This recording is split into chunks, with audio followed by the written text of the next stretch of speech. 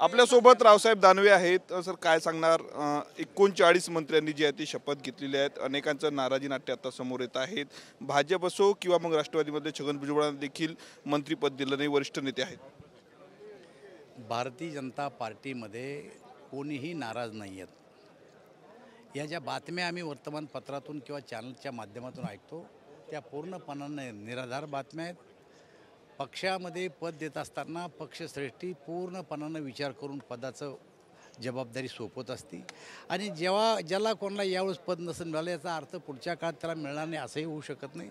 त्यामुळं पदाबद्दल भारतीय जनता पार्टीमध्ये कोणी नाराज नाही असं आम्हाला वाटतं आहे। सुधीर भाऊ म्हणाले होते की मंत्रिपद मिळणार आहेत, बावनकुळेंनी सांगितलं होतं, देवेंद्र फडणवीसांनी सांगितलं, परंतु पत्ता कट का झाला माहीत नाही। त्यांनी असं म्हटलं की दुसऱ्या पक्षात जाऊन निवडणूक लढवतो त्याच्या मुलाला मंत्री केलं जात आहेत, परंतु आम्ही भाजपमध्ये मंत्री केलं।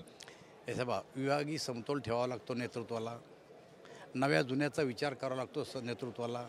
भारतीय जनता पार्टी एक महासमुद्र आहे, या समुद्रामध्ये अनेक नद्या येऊन मिळालेल्या आहेत आणि एकदा का नद्या येऊन मिळाल्या आणि समुद्रातलं पाणी जर का वेगळ्या नदीचं काढायचं ठरलं तर ते निघत नसतं। जो आमच्यात आला तो आमच्यासारखा केला की तो भारतीय जनता पार्टीचा होत असतो, पण तो मुद्दाम होऊन कोणाला डावलला जात नाही। पण सुधीर भाऊ सारख्या ज्येष्ठ नेत्याला पद मिळावं अशी आमची सगळ्या कार्यकर्त्यांची इच्छा होती, परंतु श्रेष्ठीनं काहीतरी त्यांच्याबद्दल वेगळा निर्णय केला असेल, कदाचित याच्यापेक्षा मोठी जबाबदारी त्यांच्यावर देणार असतील आणि अशा परिस्थितीत मागच्या वेळेस चंद्रशेखर बावनकुळेचं तिकीट नाकारलं होतं। तिकीट नाकारल्यावर त्यांना MLC केलं, राज्याचा अध्यक्ष केलं, आता पुन्हा मंत्री केलं।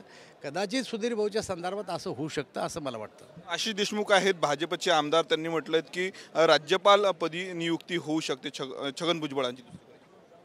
हे निर्णय ज्या कोणामध्ये जी शक्ती हे करण्याची त्याचं उत्तर ते देऊ शकतील, त्यामध्ये आम्ही काही चर्चा करू शकत नाही।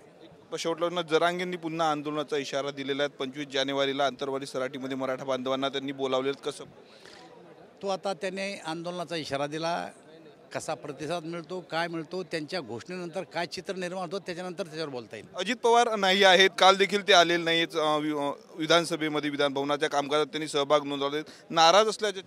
अरे अजित पवार कसले नाराज आहेत? त्यांना त्यांचे आमदार चांगले निवडून आलेत, त्यांना मंत्रिपद दिलेत, त्यांना स्वतःला उपमुख्यमंत्री केलं।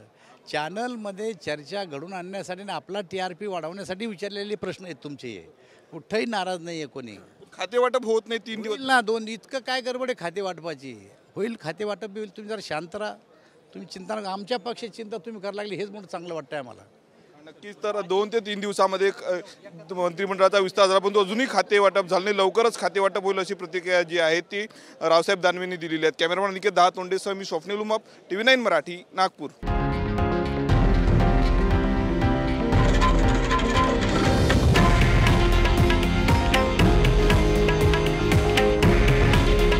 हे आहे देशातील नंबर 1 न्यूज नेटवर्क आणि आपण पाहत आहात TV9 मराठी।